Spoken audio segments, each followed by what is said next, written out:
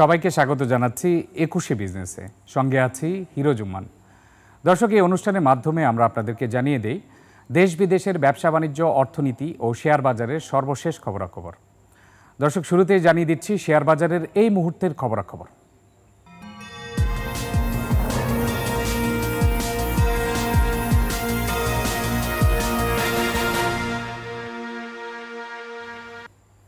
টানা ৪ কার্যদিবস ঊর্ধ্বমুখী প্রবণতার পর গতকাল শেয়ার বাজারে কিছুটা মূল্য সংশোধন হওয়ার পরে আজও কিছুটা মিশ্র প্রবণতা দেখা যাচ্ছে। আমরা এখন দেখে নিব ঢাকা শেয়ার বাজারের সূচকের অবস্থান কোথায় রয়েছে। এক্ষেত্রে আমরা প্রথমেই দেখে নেব সূচকের পাশাপাশি লেনদেনের পরিমাণও কেমন রয়েছে।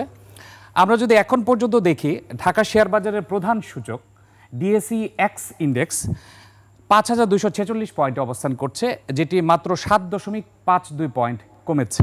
মোট লেনদেন হওয়া কোম্পানিগুলোর মধ্যে এখন দেখা যাচ্ছে আবার কিছুটা ঊর্ধ্বমুখী প্রবণতায় চলে আসছে। দর্শক, এইমাত্র দেখেন 4% কমেছে, অর্থাৎ ব্রেক ইভেনের কাছাকাছি চলে আসছে ডিএসই এক্স ইন্ডেক্স। 210টি কোম্পানির শেয়ারের দাম বৃদ্ধি পেয়েছে, 116টি কোম্পানির শেয়ারের দাম কমেছে, 69টি অপরিবর্তিত রয়েছে। এবং লেনদেনের পরিমাণ আমরা যদি দেখি 289 কোটি টাকা লেনদেন হয়েছে। আমরা গতকাল যদি দেখি ঢাকা শেয়ার বাজারে লেনদেন হয়েছিল 463 কোটি টাকার মতো। এছাড়া আমরা অন্যান্য কিছু কোম্পানি স্পেসিফিক তথ্য আজকে খুব একটা বেশি নেই, সেটা আপনাদেরকে পরে জানিয়ে দেব। প্রথমে আমরা দেখে নিচ্ছি টপ রেডে কারা ছিল আজ ঢাকা শেয়ার বাজারের। টপ রেডে এখন পর্যন্ত রয়েছে ওরিয়েন্ট ইনফিউশন প্রথম অবস্থানে 13,81,00,000 টাকা লেনদেন হয়েছে। দ্বিতীয় অবস্থানে বসুন্ধরা পেপার মিলস লিমিটেড 10,89,00,000 টাকা লেনদেন হয়েছে। তৃতীয় অবস্থানে আইএফআইসি ব্যাংক, চতুর্থ অবস্থানে মিডল্যান্ড ব্যাংক, পঞ্চম অবস্থানে রয়েছে পেপার প্রসেসিং। এবং আমরা দেখতে পাচ্ছি বসুন্ধরা পেপার মিলস এটি এখন পর্যন্ত 10,89,00,000 টাকা লেনদেন হয়েছে। আইএফআইসি ব্যাংক 6,45,00,000 টাকা লেনদেন হচ্ছে। মিডল্যান্ড ব্যাংক 6,20,00,000 টাকার মতো লেনদেন হচ্ছে। পেপার প্রসেসিংও 6,20,00,000 টাকার মতোই লেনদেন হচ্ছে এখন পর্যন্ত ঢাকা শেয়ার বাজারে। এছাড়া আমরা দেখে নিব শতাংশের দিক থেকে কোন কোন কোম্পানিগুলো এখন সবচেয়ে বেশি বৃদ্ধি পেয়েছে, এছাড়া কোন কোন কোম্পানিগুলো সবচেয়ে বেশি কমেছে। শতাংশের দিক থেকে আমরা প্রথমে দেখতে পাচ্ছি আজ অ্যারামিড সিমেন্টকে। অ্যারামিড সিমেন্ট 10% বৃদ্ধি পেয়েছে। এইচআর টেক্সটাইল এটি রয়েছে দ্বিতীয় অবস্থানে, 9.97% বৃদ্ধি পেয়েছে। তৃতীয় অবস্থানে রয়েছে স্টাইল ক্রাফট, 9.96% বৃদ্ধি পেয়েছে। এস আলম কোল রোল স্টিলস এটি আজও রয়েছে টপ গেনারের চতুর্থ অবস্থানে। মিথুন নিটিং রয়েছে পঞ্চম অবস্থানে, 9.74% বৃদ্ধি পেয়েছে এখন পর্যন্ত। এছাড়া পরের যে কোম্পানিগুলো রয়েছে সেগুলোর নাম বলে দিচ্ছি: RSRM Steel, Prime Textile, Peninsula, Bashundhara Paper Mills এবং হামিদ ফেব্রিক্স লিমিটেড। আমরা দেখে নিলাম ঢাকা শেয়ার বাজারে টপ রেট গেনার লুজারের অবস্থান। এছাড়া আপনাদেরকে দেখিয়ে দিচ্ছি এখন পর্যন্ত সেক্টর ওয়াইজ মুভমেন্ট কেমন রয়েছে ঢাকা শেয়ার বাজারে। সেক্টর ওয়াইজ মুভমেন্টে আজ কিছুটা ব্যতিক্রম চিত্র দেখা যাচ্ছে। আজ প্রথম অবস্থান রয়েছে টেক্সটাইল। লেনদেনের দিক থেকে এখন পর্যন্ত প্রায় 45 কোটি টাকার মতো লেনদেন হচ্ছে, 45,10,00,000 টাকা লেনদেন হচ্ছে। দ্বিতীয় অবস্থান রয়েছে ফার্মাসিউটিক্যাল কেমিক্যাল, 41 কোটি টাকা লেনদেন হচ্ছে। ব্যাংকিং খাত রয়েছে আজ তৃতীয় অবস্থানে। আমরা যদি গতকালের সাথে কম্পেয়ার করি, গতকাল ব্যাংকিং খাত প্রথম অবস্থানে ছিল এবং আপনারা দেখতে পাচ্ছেন লেনদেনের পরিমাণও গতকাল বেশ ভালো ছিল। ব্যাংকিং খাতে গতকাল লেনদেন হয়েছিল 34 কোটি টাকা, সেটা আজ যদি আমরা দেখি এখনও রয়েছে 34 কোটি টাকার মতো। ইঞ্জিনিয়ারিং চতুর্থ অবস্থানে, পেপার অ্যান্ড প্রিন্টিং পঞ্চম অবস্থানে রয়েছে। এরপর যে সেক্টরগুলো রয়েছে এর মধ্যে রয়েছে food and allied, IT sector, fuel and power এবং টেলিকমিউনিকেশন। এছাড়া আমরা একটু মার্কেট পি যদি দেখতে চাই, এখন আপডেটেড মার্কেট পি আজ রয়েছে 7.70% এবং মার্কেট পি এর সাথে তুলনা করলে অন্যান্য খাতগুলো সবচেয়ে কম পি রয়েছে টেলিকমিউনিকেশন খাতের। দ্বিতীয় অবস্থানে সবচেয়ে কম পি রয়েছে ফুড অ্যান্ড অ্যালাইড। তৃতীয় অবস্থানে সবচেয়ে কম রয়েছে ফিউল অ্যান্ড পাওয়ার। চতুর্থ সর্বনিম্ন পি রয়েছে ব্যাংকিং খাতে 6.50%। এছাড়া service and real estate sector 8.80 P রয়েছে। ফার্মাসিউটিক্যাল অ্যান্ড কেমিক্যাল 10% পি রয়েছে, অর্থাৎ 10-এর নিচে প্রায় 5টি খাতের পি রেশিও রয়েছে। আমরা দেখে নিলাম ঢাকা শেয়ার বাজারের কি অবস্থান এখন পর্যন্ত। এখন আমরা একটু পত্রিকার বিভিন্ন হেডলাইন দেখে নিচ্ছি। পত্রিকার হেডলাইনের ক্ষেত্রে আমরা প্রথমে দেখে নিব প্রথম আলো, এরপর সমকাল, এছাড়া কিছু ইংলিশ নিউজ পেপারও আমরা দেখে নিব। প্রথম আলোতে আজকে দেখা যাচ্ছে যে হেডলাইনটি হয়েছে অনিয়মের ঋণে খেলাপির বোঝা। সেক্ষেত্রে আমরা খেলাপি ঋণের চিত্র দেখতে পাচ্ছি ডিসেম্বর 2024 শেষ পর্যন্ত, এর সাথে কম্পেয়ার করা হয়েছে মার্চ 2024 এবং আমরা এই ব্যাপারে বিস্তারিত দ্বিতীয় পর্বে আমরা আপনাদেরকে দেখিয়ে দেব। এছাড়া অন্যান্য পত্রিকায় যে সকল নিউজ চলে এসছে এর মধ্যে আমরা ফাইন্যান্সিয়াল এক্সপ্রেসে যে নিউজগুলো দেখতে পাচ্ছি। প্রথমে financial express capital market related একটি নিউজ এসছে, সেটি আপনাদেরকে জানিয়ে দিচ্ছি। equity market shrinks more than 37% in 16 years. DSE Brokers Association. এক্ষেত্রে আপনাদেরকে জানিয়ে রাখি আরও কিছু বুলেট পয়েন্ট রয়েছে 134 companies listed between 2009 and 2024. 42 companies of them in Z category. IPO validation method incentives poor performance DBSAs. এছাড়া আরও রয়েছে মার্জিন লোন সম্পর্কে কিছু তথ্য রয়েছে আমরা সেটাও আপনাদেরকে জানিয়ে দেব মার্জিন লোনে যে তথ্যগুলো রয়েছে মার্জিন লোনের ক্ষেত্রে আপনারা জানেন পুঁজিবাজারে মোট যে মার্জিন লোনের পরিমাণ রয়েছে এই মার্জিন লোনের পরিমাণ হয়েছে 20,000 কোটি টাকা এর মধ্যে নেগেটিভ ইকুইটি রয়েছে 9,700 কোটি টাকা সেটিও আপনাদেরকে বিস্তারিত জানিয়ে দেব বিরতির পরে এছাড়া অন্যান্য পত্রিকা যদি আমরা দেখতে চাই টিবিএস এর যে নিউজটি এসছে আজকে হেডলাইনে আমরা সেটা আপনাদেরকে জানিয়ে দিচ্ছি ব্যাড লোনস সোর বাই টিকে 1.34 lakh crore in H2 of 2024 অর্থাৎ বছরের দ্বিতীয় যে অংশ রয়েছে দ্বিতীয় 6 মাসের মধ্যে ব্যাড লোনস অনেকখানি বৃদ্ধি পেয়েছে সেই ক্ষেত্রে আমরা গ্রাফিক্যাল প্রেজেন্টেশনও দেখতে পাচ্ছি মার্চ থেকে শুরু করে ডিসেম্বর পর্যন্ত আপনারা যদি খেয়াল করেন 8.53 থেকে 20.20% বৃদ্ধি পেয়েছে এটিও আপনাদেরকে বিস্তারিত দেখিয়ে দেব এছাড়া দর্শক আপনাদের জন্য আজ ক্রিপ্টোকারেন্সি একটু আপডেট দিয়ে দিচ্ছি যেহেতু আমরা জানি সবচেয়ে জনপ্রিয় ক্রিপ্টোকারেন্সি হচ্ছে বিটকয়েনের অস্বাভাবিক দরপতন হয়েছে 1 লক্ষ মার্কিন ডলারের উপরে ছিল এটির প্রাইস আজ দেখা যাচ্ছে বিটকয়েনের র্যাঙ্কিং যদিও 1 নম্বরে রয়েছে কিন্তু 86,291 মার্কিন ডলারের লেনদেন হচ্ছে বিটকয়েন এবং বাজার মূলধনও কিন্তু অনেকখানি হারিয়েছে এছাড়া আমরা যদি ক্রিপ্টো র্যাঙ্কিং দেখি র্যাঙ্কিং এখনও 2 নম্বরে রয়েছে ইথেরিয়াম 3 নম্বরে টেথার 4 নম্বরে XRP এবং 5 নম্বরে রয়েছে বাইন্যান্স আমরা শেষ করার আগে আবারও দেখে নিচ্ছি ঢাকা শেয়ার বাজারের সূচকের অবস্থান এখন কেমন রয়েছে 5 পয়েন্ট সূচক বৃদ্ধি পেয়েছে এখন পর্যন্ত 5,248 পয়েন্টে অবস্থান করছে লেনদেনের পরিমাণ এখন 1:08 বাজে এখন লেনদেনের পরিমাণ দাঁড়িয়েছে প্রায় 300 কোটি টাকার কাছাকাছি মোট লেনদেন হওয়া কোম্পানিগুলোর মধ্যে 213টি কোম্পানির দর বৃদ্ধি পেয়েছে দর হারিয়েছে 110টি কোম্পানির এবং অপরিবর্তিত রয়েছে 72টি কোম্পানির শেয়ারের দাম এছাড়া আমরা যদি সেক্টর ওয়াইজ মুভমেন্ট দেখি এক্ষেত্রে খুব একটা বেশি পরিবর্তন নেই তবে আজ আপনাদেরকে দেখাতে যাচ্ছি দিনের শুরুতে সর্বোচ্চ আজ উঠেছিল 5,269 পয়েন্টে সেই হিসেব করলে আজ দিনের শুরুতে 14 পয়েন্টের মতো সূচক বৃদ্ধি পেয়েছিল এখন যেটি কমে 5.64 পয়েন্ট কমে 5,248 অবস্থান করছে এবং আমরা বিয়ার এবং বুল ইন্ডিকেটর যদি বলি আজ কিন্তু বাজার রয়েছে নিউট্রাল অর্থাৎ মিশ্র প্রতিক্রিয়া দেখা যাচ্ছে ঢাকা শেয়ার বাজারে দর্শক আপনাদেরকে জানিয়ে রাখি ঢাকা শেয়ার বাজারে টপ ট্রেডের ক্ষেত্রে আমরা দেখিয়ে দিই কোন কোন কোম্পানিগুলো বেশি লেনদেন হয়েছে এখন পর্যন্ত এছাড়া পার্সেন্টেজের ক্ষেত্রে আমরা দেখে নিই যে কোন কোন কোম্পানিগুলো শতাংশের দিক থেকে বেশি বৃদ্ধি পেয়েছে এবং কম বৃদ্ধি পেয়েছে আমরা আবারও সংক্ষেপে জানিয়ে দিচ্ছি টপ ট্রেডে এখন ঢাকা শেয়ার বাজারে কারা রয়েছে আমরা দেখতে পাচ্ছি ওরিয়েন ইনফিউশন এখনও প্রথম অবস্থান রয়েছে 14 কোটি 20 লাখ টাকার মতো লেনদেন হচ্ছে বসুন্ধরা পেপার মিলস দ্বিতীয় অবস্থান রয়েছে 10 কোটি 91 লাখ টাকা লেনদেন হচ্ছে তৃতীয় অবস্থানে আইএফআইসি 6 কোটি 47 লাখ টাকার মতো লেনদেন হচ্ছে পেপার প্রসেসিং রয়েছে চতুর্থ অবস্থানে 6 কোটি 36 লাখ টাকা লেনদেন হচ্ছে মিডল্যান্ড ব্যাংক রয়েছে পঞ্চম অবস্থানে দর্শক আপনাদেরকে আরেকটি জিনিস দেখাতে যাচ্ছি সেক্টর ওয়াইজ যদি আমরা দেখি সেক্টর ওয়াইজ আপনারা জানেন ব্যাংকিং খাতে 36টি কোম্পানি তালিকাভুক্তি রয়েছে এক্ষেত্রে ব্যাংকিং খাতের সার্বিক অবস্থা কেমন রয়েছে সেটা একটু দেখে নিচ্ছি ব্যাংকিং খাতে কিন্তু মিশ্র প্রবণতা দেখা যাচ্ছে এবং দেখা যাচ্ছে বেশিরভাগ কোম্পানি হয়তোবা দর কমেছে অথবা অপরিবর্তিত রয়েছে কিন্তু দর বৃদ্ধি পাওয়ার সংখ্যাটা খুবই কম দেখা যাচ্ছে ব্যাংকিং খাতে এর পাশাপাশি আমরা যদি একটু বিমা খাতে যাই ইন্স্যুরেন্স খাতে আপনারা জানেন যে 58টি কোম্পানি তালিকাভুক্ত আছে ইন্স্যুরেন্স খাতের 58টি কোম্পানির কী অবস্থা রয়েছে সেটাও আপনাদেরকে একটু জানিয়ে দিচ্ছি ইন্স্যুরেন্স খাতে আমরা দেখতে পাচ্ছি মিশ্রই রয়েছে ইন্স্যুরেন্স খাতে কিছুটা দর বৃদ্ধি পাওয়া কোম্পানির সংখ্যাটা বেশি এরপর রয়েছে দর কমা এবং অপরিবর্তিত হওয়া কোম্পানির শেয়ারের দাম আমরা দেখে নিলাম ইন্স্যুরেন্স খাতের কী অবস্থা এরপর আমরা একটু দেখতে যাচ্ছি টেক্সটাইল খাতের যেহেতু টেক্সটাইল খাতেও 58টি কোম্পানি তালিকাভুক্তি রয়েছে ঢাকা শেয়ার বাজারে টেক্সটাইল খাতে আমরা যদি দেখি প্রথমের দিকে দেখছি যে বেশিরভাগ কোম্পানি দর বৃদ্ধি পেয়েছে এবং টেক্সটাইল খাতে কিন্তু বেশ ভালো অবস্থান রয়েছে ঊর্ধ্বমুখী প্রবণতা দেখা যাচ্ছে বেশিরভাগ কোম্পানি শেয়ারের দাম বৃদ্ধি পেয়েছে টেক্সটাইল খাতে দর কমার সংখ্যা খুবই কম কিছুটা অপরিবর্তিত রয়েছে এবং অপরিবর্তিত আমরা দেখছি 15 থেকে 20টি কোম্পানি শেয়ারের দাম এবং সেই হিসেবে খেয়াল করলে 30টি কোম্পানির শেয়ারের দাম বৃদ্ধি পেয়েছে টেক্সটাইল খাতে। আমরা দেখে নিলাম টেক্সটাইল খাতের অবস্থান, খাতভিত্তিক অবস্থান দেখেছি। এখন দর্শক আপনারা জানেন যে ক্যাটাগরি ওয়াইজ আমরা পুঁজিবাজার তালিকাভুক্ত কোম্পানিগুলোকে ভাগ করে রাখি। এক্ষেত্রে ক্যাটাগরি যদি আমরা দেখতে চাই, জেড ক্যাটাগরিতে আজকে কতগুলো কোম্পানির অবস্থান রয়েছে সেটা আপনাদেরকে দেখিয়ে দিচ্ছি। জেড ক্যাটাগরিতে যদি আমরা দেখতে চাই, এখন পর্যন্ত 103টি ছিল আগে, আজ জেড ক্যাটাগরিতে দেখা যাচ্ছে 101টি কোম্পানি রয়েছে। অর্থাৎ পুঁজিবাজারের তালিকাভুক্ত 360টি কোম্পানির মধ্যে 101টি কোম্পানি জেড ক্যাটাগরিতে রয়েছে।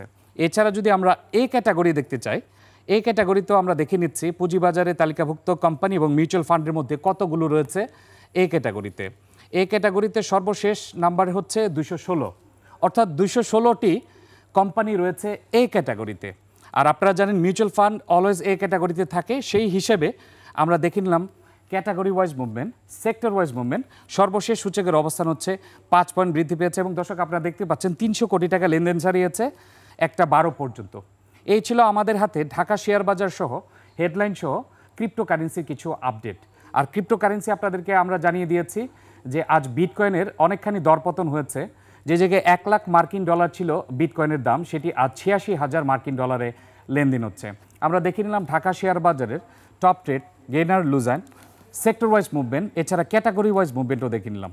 দর্শক নিচ্ছে একটা বিরতি, ফিরছি একটু পরেই, ততক্ষণ আমাদের সঙ্গেই থাকুন।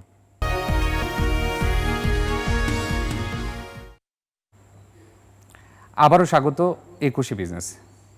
দর্শক, খায়রুল শিবলি কমিশনের সময় অর্থাৎ হাসিনা সরকারের গত 16 বছরের কেমন ছিল দেশের পুঁজিবাজার, এখন তুলে ধরছি সেই সংক্রান্ত কিছু তথ্য।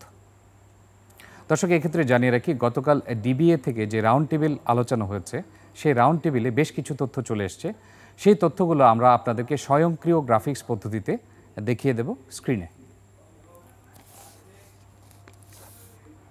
এর মধ্যে আপনাদেরকে জানিয়ে রাখি, গতকাল প্রথম যে বিষয়টি ছিল, অর্থনীতির মূল চালিকা শক্তি হবে শেয়ার বাজার, সেটা এখনও কেন হচ্ছে না সেটা নিয়ে আলোচনা করা হয়েছে।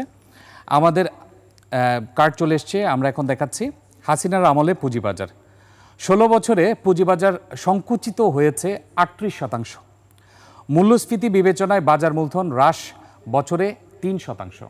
অর্থাৎ আমরা যদি মূল্যস্ফীতি প্রতি বছরে 7% কাছাকাছি ধরি, সেই মূল্যস্ফীতি বিবেচনা করলে পুঁজিবাজারে কেউ বিনিয়োগ করে থাকলে প্রত্যেক বছর 3% হারে সেই বিনিয়োগকারী লস করেছে এবং বাজার মূলধন হ্রাস পেয়েছে 3% প্রত্যেক বছর, এবং 16 বছরে পুঁজিবাজার সংকুচিত হয়েছে 38%। সেটা গতকালের ডিবিএ রাউন্ড টেবিলে উঠে এসছে এই তথ্যগুলো। এছাড়া আমরা আরও কিছু তথ্য আপনাদেরকে জানিয়ে দেব। এর মধ্যে কতগুলো কোম্পানির আইপিও পুঁজিবাজারে এসছে এবং এই আইপিওগুলোর মধ্যে কতগুলো জেড ক্যাটাগরিতে রয়েছে সেটাও আপনাদেরকে দেখিয়ে দিচ্ছি। এখন দেখে নিচ্ছি মার্জিন ঋণের পরিমাণ, যেটা আপনাদেরকে আগেও বলেছি। 16 বছরে মার্জিন ঋণের পরিমাণ হচ্ছে 20,000 কোটি টাকা। এর মধ্যে নেগেটিভ ইকুইটি 9,700 কোটি টাকা।